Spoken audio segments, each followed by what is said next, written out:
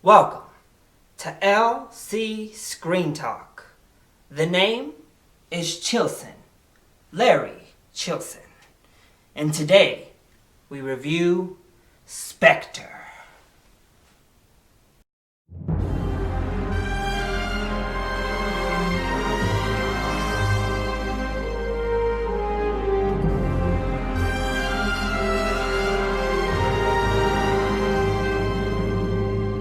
So I have to admit, I'm not a long-time James Bond fan. I'm pretty much, I started liking the movies once Daniel Craig took the role, kind of James Bond fan. Don't get me wrong, I like Sean Connery. I think he still embodies Bond in my head. But the old movies just seemed very dated, a little bit cheesy, and no longer really relevant to today's times. But this new series with Daniel Craig re-energized, reinvented the series, gave it a darker tone, a more realistic edge, and just added new danger, new suspense, new thrills to a very long-standing franchise. So, does Spectre live up to its predecessors? The answer, yes. This is a very beautifully shot, fun movie. Not to say it's perfect, but we'll save those negatives for a little bit later in the film. First off, I just want to say that Daniel Craig is still just amazing in the role. I know he said he doesn't really like playing Bond, he doesn't know if he wants to come back, but I hope he does because he's just so good.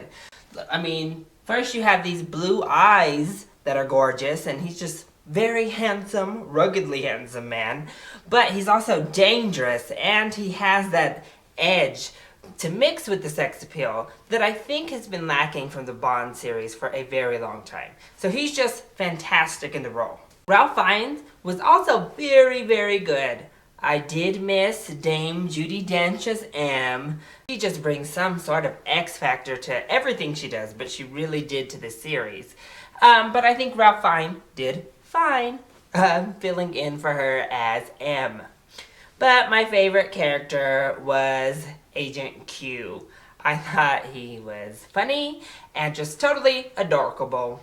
As I said earlier, it is beautiful. The cinematography in this thing is gorgeous. Our screening was on an IMAX screen, and it just was a wonder to behold. Such a well-shot movie.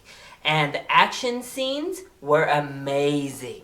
The hand-on-hand combat was so well choreographed, and then the chase scenes, all of it, they just upped the ante. It's like they were saying, Mission Impossible series, we're coming and upping the ante on your crazy, ridiculous action sequences. And like I said, overall, it was just such a fun movie. You were just fully engaged right from that opening sequence, which is amazing. Just such a wonderful way to start the movie with this Dia de los Muertos scene. It was so gorgeous and so awesome, not only to get immersed in this other culture, but just the costuming was beautiful. The parade was a wonderful setting. But all the way through to the very end, fantastic. So, what was wrong with it then?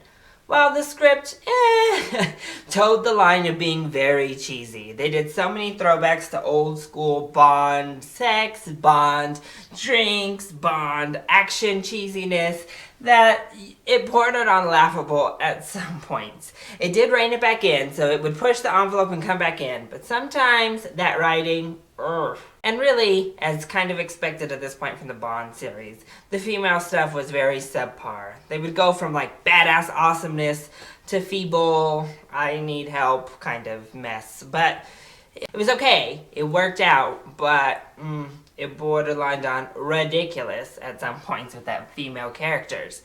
Also, as excited as I was for him, Christoph Waltz really wasn't an amazing villain, and that is a huge shock. He's amazing as a villain in literally every other sense when he's brought in to do that role. Here, he was good, he was fine, but part of it was he was hardly in the movie. He doesn't have as big of a role as I would have loved, and he wasn't given a nice, meaty material to just sink his teeth into.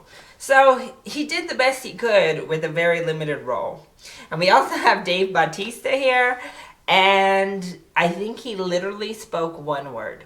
And I think that's what he's best for. So the filmmakers utilized him well because they knew you are a very intimidating presence, but we don't really want you to talk. So you're going to be more of the silent type today, okay?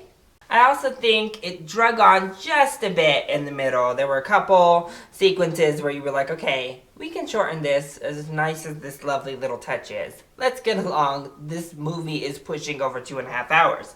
But overall, those are just minor complaints because I had a very good time in Spectre. Not to mention they showed the music video for Sam Smith's Writing on the Wall, which is the new Bond theme. And Sam Smith is actually a pretty bad lip syncer. I don't know what he was doing in that video, but I was like, are you sure you even know the words to your own song?